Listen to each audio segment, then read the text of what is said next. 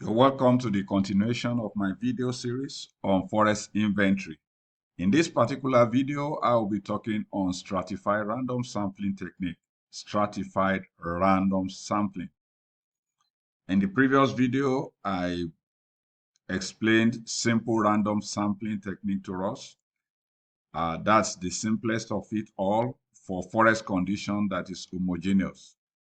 But if the forest condition is not homogeneous, stratified random sampling technique is what we need to use.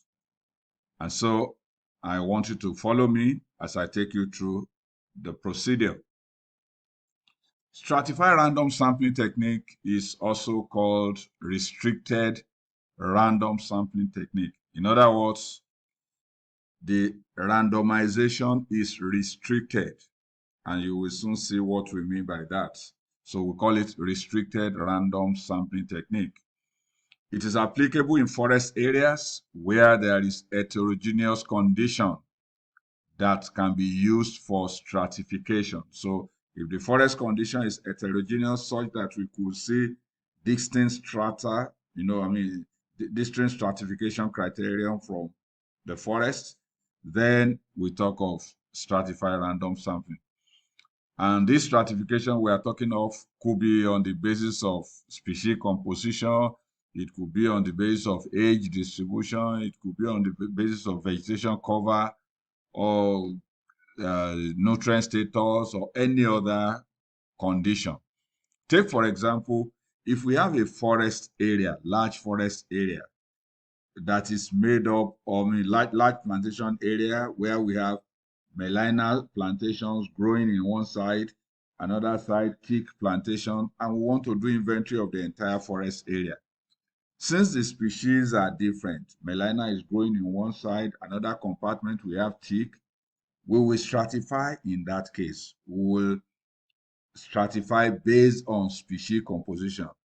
That is, the one having melina will be one stratum, the ones with teak will be another stratum.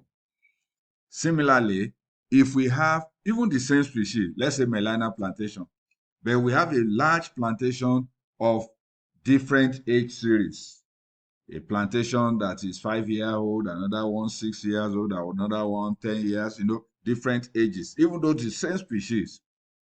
For that kind of forest area, we can stratify on the basis of age, on the basis of plantation age. That will be the basis for stratification in that wise. And sometimes it's vegetation cover that differ. You have a large forest area, but you look at it that some part of the forest is more of savanna kind of, and the other area is densely forested.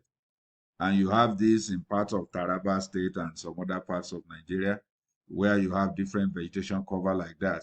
For such an inventory exercise, you will use stratified random sampling. Sometimes it may even be the same ecological area, and the difference could be in topography. For example, you have some parts of the vegetation in the valley area and some in the uphill area. And you realize that the ones in the valley area, they are different. Of course, because of the nutrients that is abundance in the valley, much more than the mountain top. So in such an inventory exercise, you have to stratify using topography as basis of stratification. So different things can be used as basis of stratification of our forests during implementation of stratified random sampling technique. Now we need to then estimate the mean and variance for each stratum. So, and this is where we talk of restriction in randomization. So after stratifying, that's dividing the area into different strata, we need to go to each stratum now and do the random process, the kind of thing we did for simple random sampling. We will now do it in each stratum because the condition within the stratum is homogeneous. So we'll implement randomization there. Then we move to the next stratum and we'll also implement randomization there. So that's why we say the randomization is restricted. So you don't apply it across board for the entire forest area. No, you do it stratum by stratum. That's what leads to the restriction there.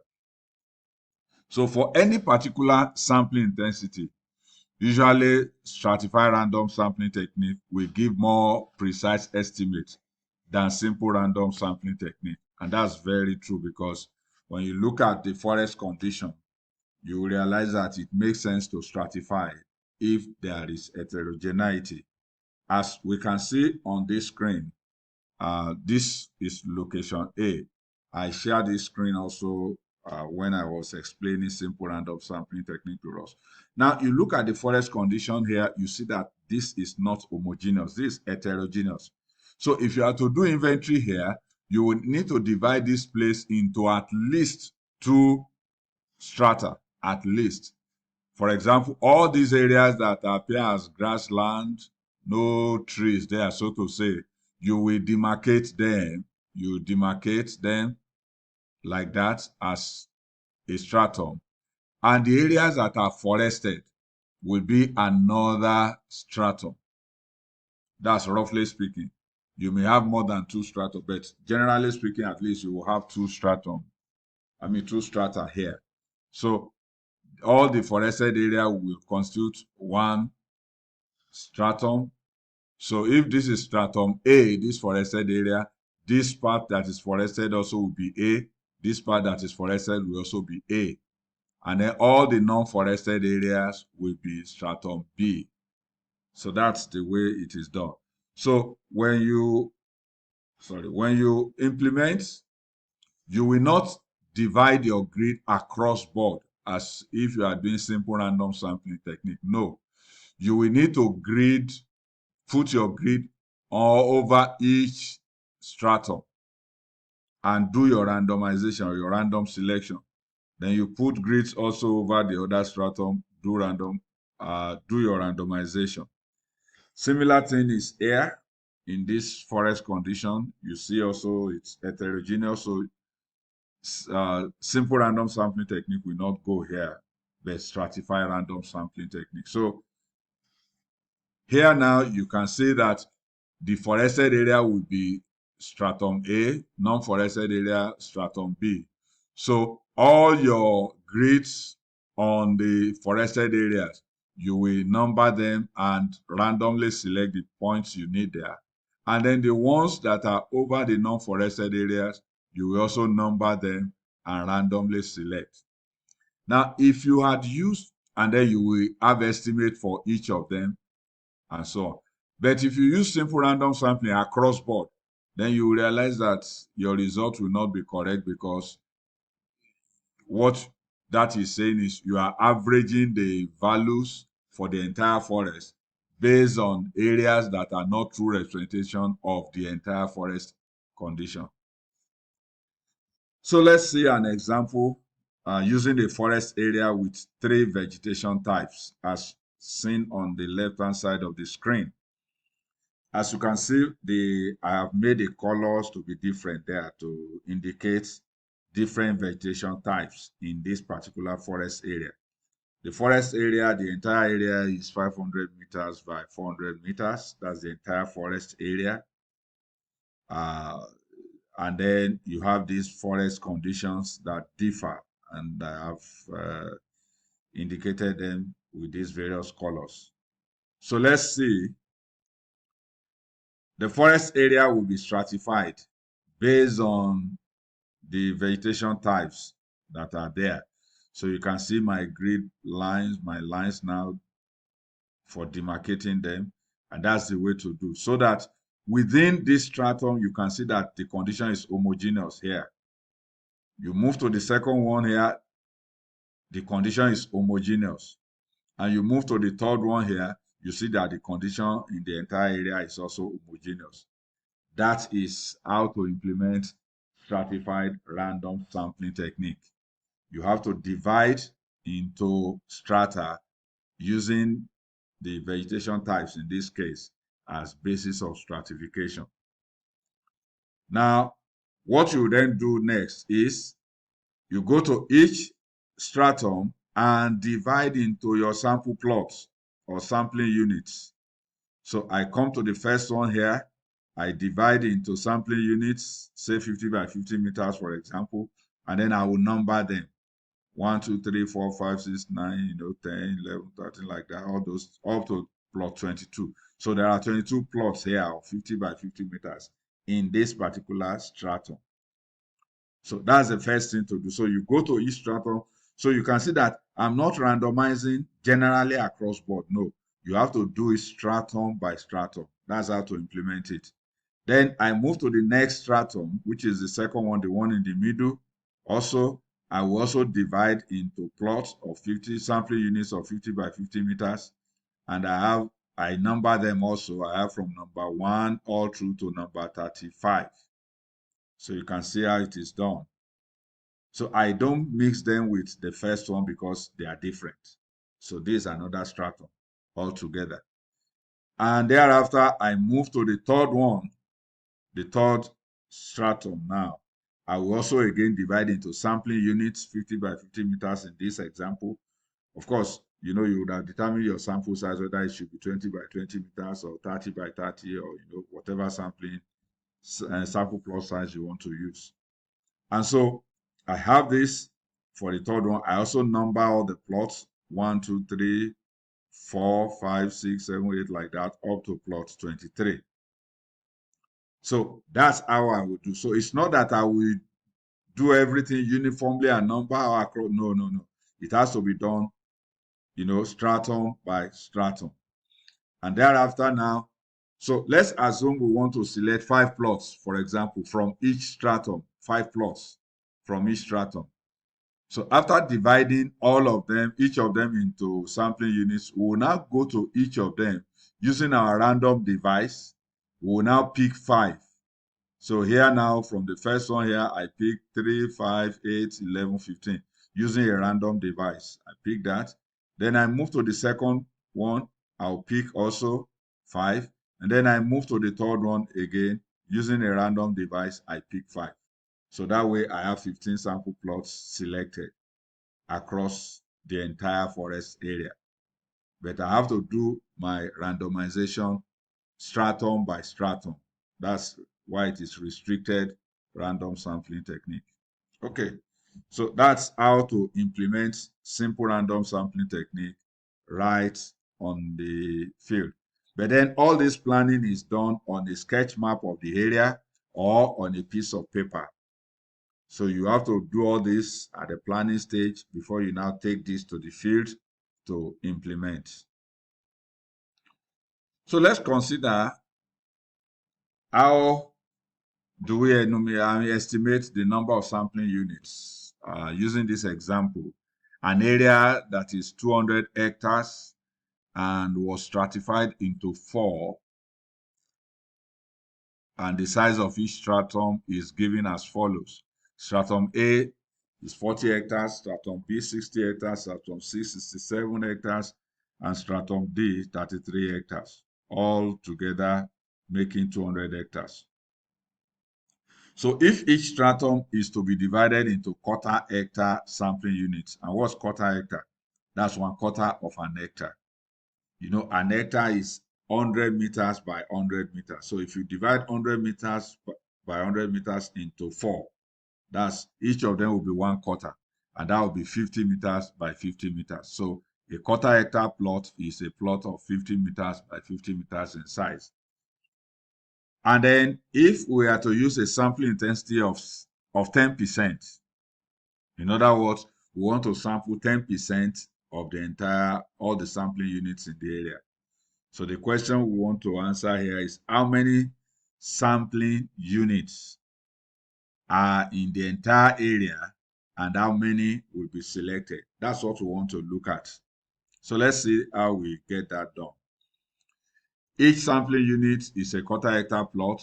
That's 0.25 hectares, which is 50 meters by 50 meters. To obtain the number of sampling units in each stratum, the size of each stratum will be divided by the size of the sample plot. And that will give us what we have on the table there on your screen. So you have stratum A, which is a stratum of 40 hectares, will have 160 units. And all through to the last one, stratum D with 132 sampling units. So these are the total number of sampling units available for selection, available for sampling. It is from these sampling units we will now select our sample plots for enumeration.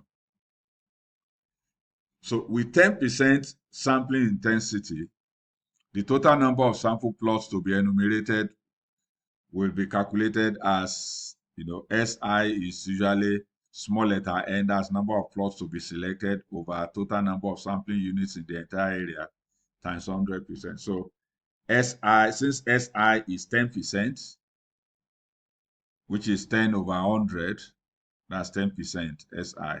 And our capital N, total number of sampling units in the entire area, all these sampling units added together, is 800.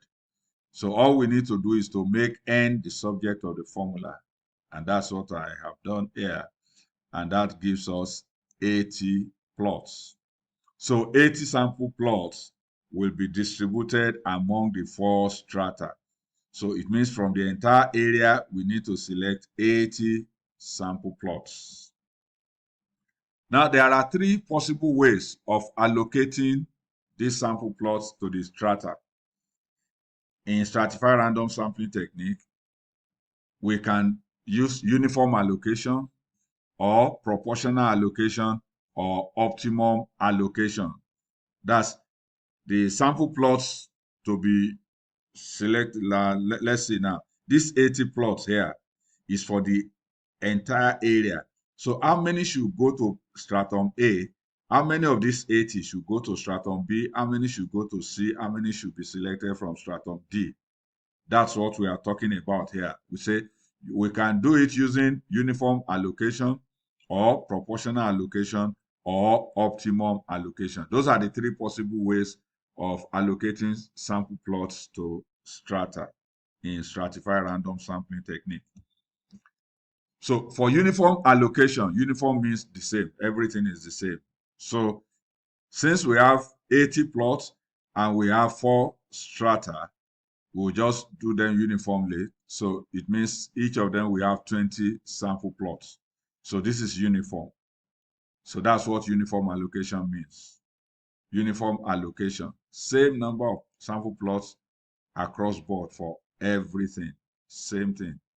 Okay, now this is followed by proportional allocation. Proportional allocation.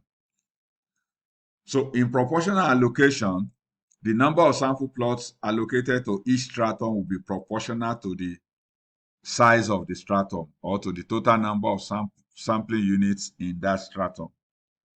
So that's why it is called proportional. So it will be proportional to the size of the stratum. And the formula for that is this. Ni, small letter n, is the number of sample plots to be allocated or selected from a particular stratum.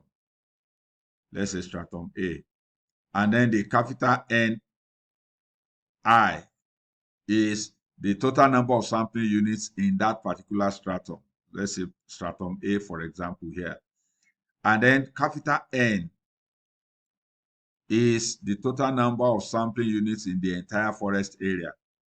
And small letter n is the number of sample plots to be allocated to all the strata. So 80 is the example we are using here. So as you can see in the table on the screen there, these are the total number of sampling units in each stratum. So if you apply this formula, you will compute your Ni as 16 here, 24 for stratum B, 27 for stratum C, and 13 for stratum D. So this is how to do proportional allocation. So you can allocate your plots either uniformly, as we saw earlier on in this slide, or you do it proportionally, as it is done here. And the third method of allocation is optimum allocation. Optimum allocation. Now, in optimum allocation, the sample plots will be allocated to each stratum in such a way as to give the smallest standard error possible. Smallest standard error possible. That's very important with the sample size n. Of course, this requires taking sample measurements from each stratum, and that's the issue with optimum allocation. You have to have an idea of the variation that exists in the forest. So you need some measurements, some data, either from past records, or you go for reconnaissance survey and take some sample measurements from each of the strata. So those measurements you take, you will use to compute standard error. Of course, you use to compute mean, you compute variance and standard deviation, and from there you compute standard error. So you then apply this formula, which is similar, of course, to the formula we use here under proportional allocation, only that here now we have another component, which is standard error being added. That's the difference. Standard error is now added. So that's why this one differs from proportional allocation. So with the standard error computed, you will multiply that out using this formula. And for each stratum, therefore, the sample plots to be chosen, sample plots to be selected from each stratum will be as follows. So for stratum A, you use this formula to compute the number of sample plots expected from stratum A. Do the same thing for B, for C, and for stratum D. So once the standard errors are calculated from previous data or from your reconnaissance survey, you can easily apply this formula and you will get the number of sample plots to enumerate from each stratum. So that's that. Of course, we don't have data on standard error here, so there's no way I will be able to enumerate this. But if you have standard error, which is obtained from measurement or past records of the forest area, then you can apply them to this formula and you will get the results. So in the next video, I will use a worked example to show us how to analyze data from stratified random sampling technique. I will be showing that in the next video. See you then.